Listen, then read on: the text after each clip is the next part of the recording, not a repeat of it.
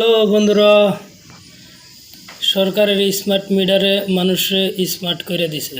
দেখুন, মানুষ স্মার্ট হইয়া স্মার্ট মিটারের অবস্থা হালত খারাপ করে দিছে।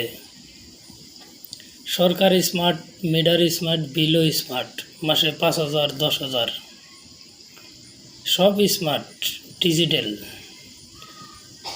এই ভাই অবস্থা খারাপ করছে দিকে এরাও ডিজিটাল ভাব নিছে।